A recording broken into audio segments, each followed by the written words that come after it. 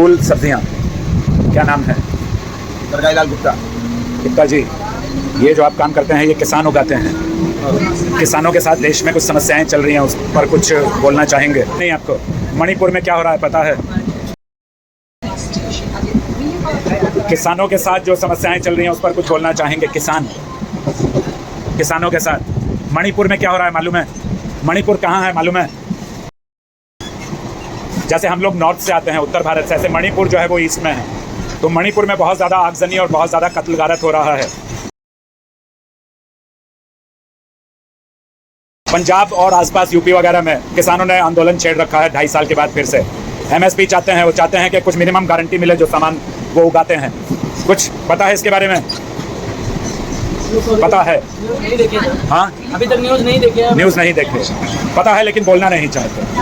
पता है, मतलब अननेसेसरी डिस्कस करके मतलब नहीं है। जो है ठीक है, अभी जो चल रहा है वो कर रहे हैं ठीक है, वो जो कर रहे हैं सही है। 144 करोड़ लोगों में अगर सिर्फ एक विचार हो, जो बुरा हो रहा है वो बुरा कहने की ताकत हो, बस, और कुछ नहीं। लड़ना नहीं है, सरकार की बुराई नहीं, किसानों की बुराई नहीं। उनका भी हक है, जो है उनको लड़ना चाहिए, उनको मिलना चाहिए। बहुत बहुत धन्यवाद। वंदे मातृभूमि साथियों, हमारा देश बहुत बड़ा है। अभी 144 करोड़ नागरिक इस देश में रह रहे हैं। किसानों की समस्या 2-2.25 साल पहले भी शुरू हुई, कुछ हल नहीं हो पाया। फिर से प्रोटेस्ट शुरू हो गया। जब किसान प्रोटेस्ट करते हैं, उनकी कुछ मांगे होती हैं, उनसे वादा किया गया था या वादे किए गए थे, वो पूरे नहीं किए गए, ऐसा किसान कहते हैं। किसानों ने इलेक्शन से पहले, 2024 के इलेक्शन से पहले एक बार फिर से अपना आंदोलन शुरू कर दिया है। उधर कुछ समय पहले मणिपुर में भी बहुत हिंसा हुई थी। अभी फिर से हिंसा भड़की हुई है। भारत है ये, भारतवासी हैं हम में से अधिकतर लोग। किसानों की समस्या है, हमारा क्या है? मणिपुर की समस्या है, हमारा क्या है?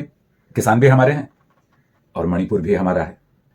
अब किसानों से तो मुझे ये कहना है, एक नागरिक होने के नाते, एक जिम्मेदार नागरिक होने के नाते, कि भाई आपकी मांगें अगर पूरी नहीं हुई हैं, पहले बातचीत का दौर शुरू करो।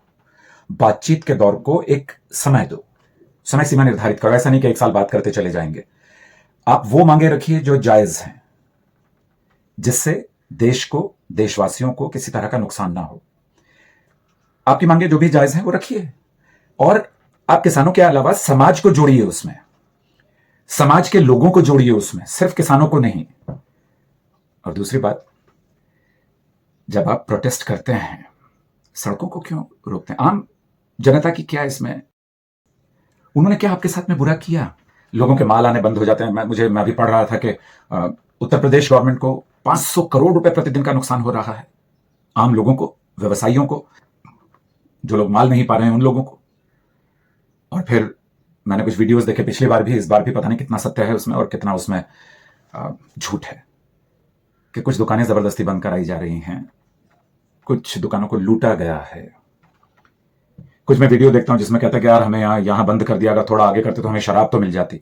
मुझे मालूम है ये समाज है, इसमें बहुत सारी चीजों को, आपको गलत करने के लिए बहुत सारे लोग खड़े हैं, और सरकार को गलत साबित करने के लिए बहुत सारे लोग खड़े हैं, क्योंकि उनके चैनल्स हैं, उन्हें अपने चैनल्स बेचने, अपनी टीआरपी बढ़ानी है। आम लोगों की क्या गलती है? अब मणिपुर पर आ जाते हैं। पहाड़ी बनाम मैदानी, जन समुदाय और जनजाति का दर्जा, अगर सबको शिक्षा बराबर मिले, सरकारी स्कूलों में बड़े अच्छे ईमानदारी से जो भी कोर्स, और फिर सिर्फ स्कूलों तक क्यों, कॉलेज में भी शिक्षा फ्री कीजिए ना उन लोगों की जो गरीब हैं। स्पेशल कोर्सेज गवर्नमेंट को उनको अवेलेबल कराने चाहिए। ये क्यों जनजाति और जन समुदाय और ये सब चीजें क्यों देना? इससे सरकार कब पीछे हटेगी? मैं एक और बात कहता हूं जो बहुत ही कड़वी है, उसमें जनजाति, जन समुदाय कोई भी हो और कोई भी प्रदेश हो, उनको सुविधाएं दीजिए, उनको योग्यता के हिसाब से नौकरियां दी जाएं। जाति के हिसाब से नौकरी देने का मतलब यह होता है कि अगर वो योग्य नहीं भी है इंसान, वो लड़का या लड़की, और उनको नौकरी दे दी गई, तो फिर वो अपने काम के साथ इंसाफ नहीं कर पाते हैं। हमें और आपको भी तो सोचना है।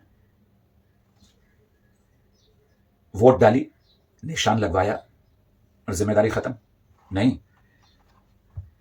कॉर्पोरेटर बने, एमएलए बने, एमपी बने और जिम्मेदारी खत्म? नहीं, जिम्मेदारी खत्म कहां होती है।